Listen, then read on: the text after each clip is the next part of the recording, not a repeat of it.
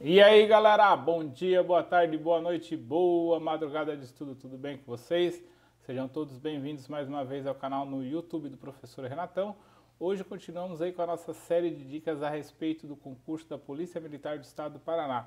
O assunto escolhido de hoje é o ECA.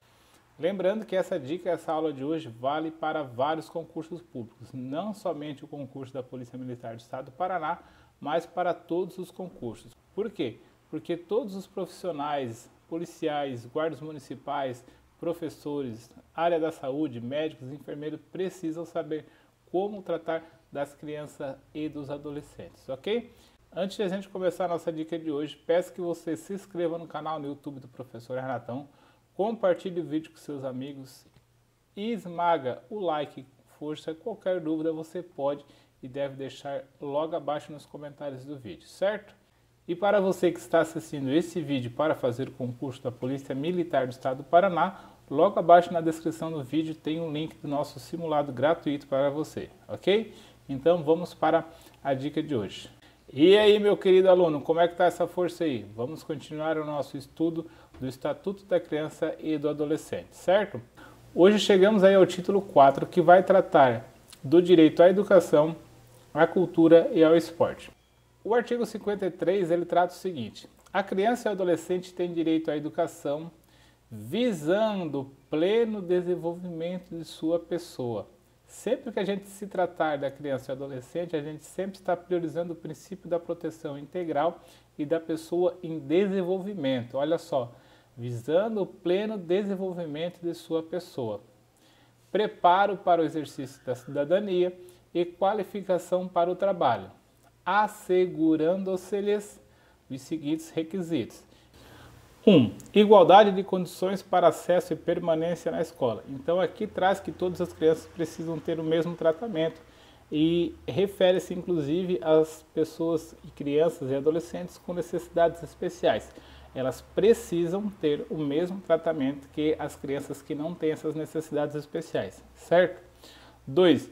Direito de ser respeitado por seus educadores. Claro, os educadores eles estão ali para educar, eles não podem promover qualquer tratamento que desrespeitem as crianças ou os adolescentes.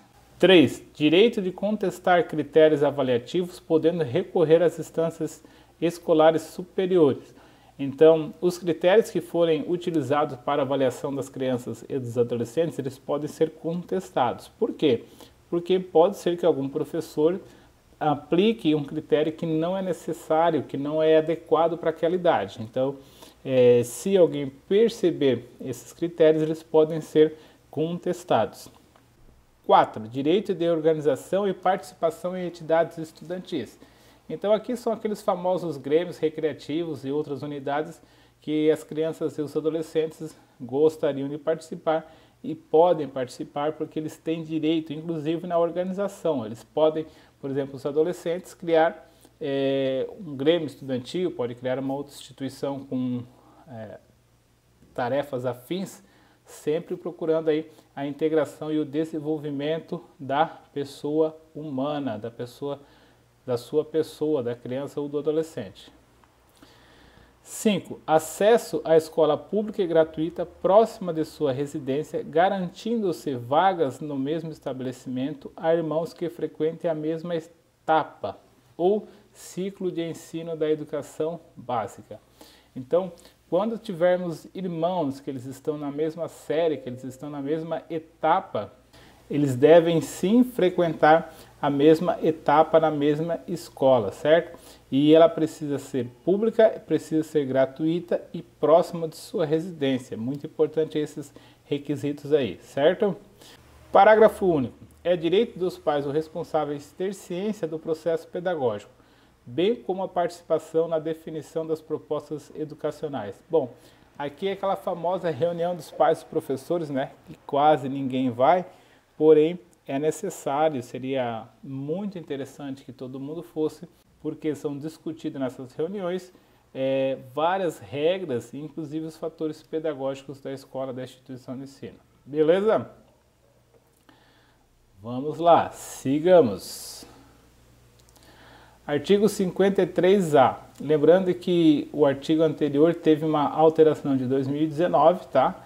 E esse aqui também teve alteração de 2019, botei aqui vermelho sangue para te não esquecer. Beleza, meu bisonhão? Vamos lá.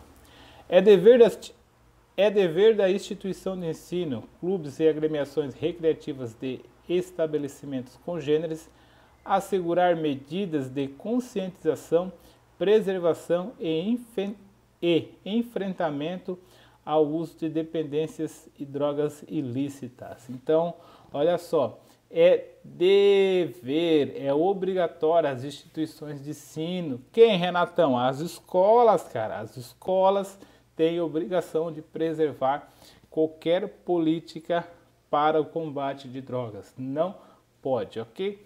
Tem que tomar medidas cabíveis necessárias caso aconteça na sua unidade escolar, na sua instituição de ensino. Inclusive ali os grêmios, né, as agremiações, os grêmios recreativos também não pode rolar nada dessa parada aí, certo? Artigo 54. É dever do Estado assegurar a criança e o adolescente ensino fundamental, obrigatório e gratuito, inclusive para os que a ele não tiveram acesso na idade própria. Aqui são aqueles ensino para adultos, que no caso quem não conseguiu, digamos, completar o ensino médio, que hoje é chamado de ensino fundamental, ensino médio, certo? Quem não conseguiu complementar, tem esse direito de complementar depois da sua maioridade, inclusive para aqueles que não tiveram acesso na idade própria. 2. Progressiva extensão da obrigatoriedade e gratuidade ao ensino médio. Então, mais uma vez aqui ratificando que o ensino médio ele precisa ser gratuito, certo? Tem os particulares? Tem, mas a necessidade do Estado é fornecer o gratuito. 3. Atendimento educacional especializado aos portadores de deficiência, preferencialmente na rede regular de ensino. Como a gente já falou no slide anterior, né? Trata da igualdade, aqui está ratificando mais uma vez, confirmando isso aí. 4. Atendimento em creche e pré-escola às crianças de 0 a 5 anos de idade. E olha só, isso aqui foi uma alteração de 2016, porque até 2016 essa idade era de 0 a 6 anos, certo? Então essa idade aqui reduziu um ano. 5. Acesso aos níveis mais elevados de ensino, pesquisa e da criação artística, segundo a capacidade de cada um. Então precisa dar a possibilidade à criança e ao adolescente que eles tenham acesso a instituições de nível superior, certo? As públicas, as privadas, bom, aí tem critérios de avaliação e critérios de acesso, tá? Precisa ser considerada, precisa ser dada a oportunidade. 6. Oferta de ensino noturno regular adequada às condições do adolescente trabalhador. Então, se o adolescente ele trabalha, a criança nunca pode trabalhar, sempre o adolescente, ele pode inclusive ter o ensino noturno, certo? 7. Atendimento no ensino fundamental através de programas suplementares de material didático, escolar, transporte, alimentação e assistência. Aqui está garantindo mais alguns direitos aí das crianças e dos adolescentes. Outras informações importantes. O acesso ao ensino obrigatório é gratuito e de direito público subjetivo, como a gente já viu lá no início do artigo 54, obrigatório e gratuito.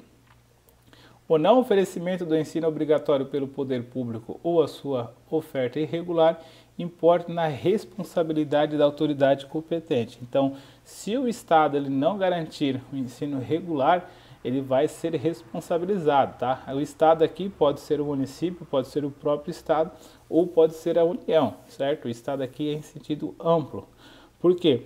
Porque é uma obrigação constitucional prestar assistência à educação, ter essa educação como gratuita e básica, certo? Compete ao poder público recensear os educandos no ensino fundamental, fazer-lhes as chamadas e zelar junto aos pais os responsáveis pela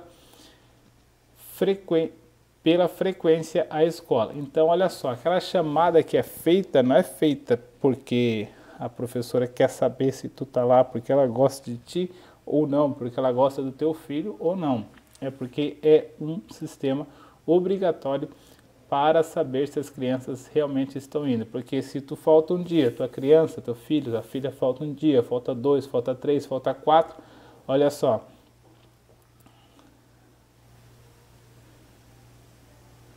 Olha só o que diz aqui, ó. Fazer-lhe as chamadas e zelar junto aos pais. Então, os educadores, os professores também são responsáveis. Se essa criança simplesmente não aparece mais na escola, a criança estava vindo normalmente. A criança estava vindo normalmente e simplesmente ela parou de vir. No mínimo,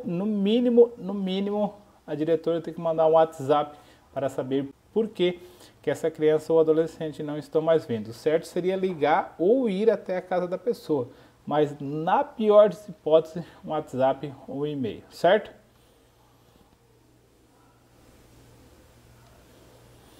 Artigo 55. Os pais ou responsáveis têm a obrigação de matricular seus filhos ou pupilos na rede regular de ensino. Então, aquela história de você educar seus filhos em casa, de você ensinar seus filhos em casa, não pode estar expressamente proibido na nossa lei, certo? Artigo 56. Os dirigentes de estabelecimentos de ensino fundamental comunicarão ao Conselho Tutelar os casos. Olha só, comunicarão, não gera uma faculdade, é uma obrigação, tá? Tem que comunicar sobre maus tratos envolvendo seus alunos, como eu acabei de falar no slide anterior, reiteração de faltas injustificadas de evasão escolar, esgotados os recursos escolares. Então, por exemplo, a escola ligou, a escola mandou WhatsApp, a escola foi lá, conversou com os responsáveis e não teve nenhuma resposta, não voltou essa criança para a escola, aí sim passa para o Conselho Tutelar. E também se tiver elevados níveis de repetência, né? Por exemplo, numa sala de 40 alunos, 3 foram aprovados. Por quê? Só isso, né? Por quê? Bom, tem alguma coisa errada aí, então vamos averiguar e vamos comunicar ao Conselho Tutelar. Artigo 58. No processo educacional, respeitar-se-ão os valores culturais, artísticos e históricos próprios do contexto social da criança e adolescente, garantindo-se a esses a liberdade da criação e o acesso às fontes de cultura. Então, nesse processo de aprendizagem da escola, nessa responsabilidade da escola, a escola tem que respeitar os valores culturais das crianças e dos adolescentes, certo? Seu contexto cultural, seu contexto histórico, suas tradições, depois lá na frente a gente vai ver que a sua religião, então a escola tem que respeitar tudo isso. Artigo 59. Os municípios, com apoio dos estados e da União, estimularão e facilitarão a destinação de recursos e espaços para programações culturais, esportivas e de lazer voltadas para a infância e a juventude, certo? Então, olha só, com o apoio dos estados, certo? Quer dizer que ela não pode fazer isso aqui se ela estiver sozinha, certo? Não pode, o município aqui, ó, ele não pode fazer isso se estiver sozinho. Quer dizer, ele pode até fazer isso, mas não é só uma obrigação dele, é uma obrigação com o apoio dos estados. O estado tem que destinar verba, a União precisa também destinar verba, certo? Beleza, pessoal? Então fechamos a nossa dica de hoje a respeito do ECA. Qualquer dúvida você pode e deve deixar nos comentários dessa aula. Um abraço, bons estudos, fique com Deus e até o próximo vídeo.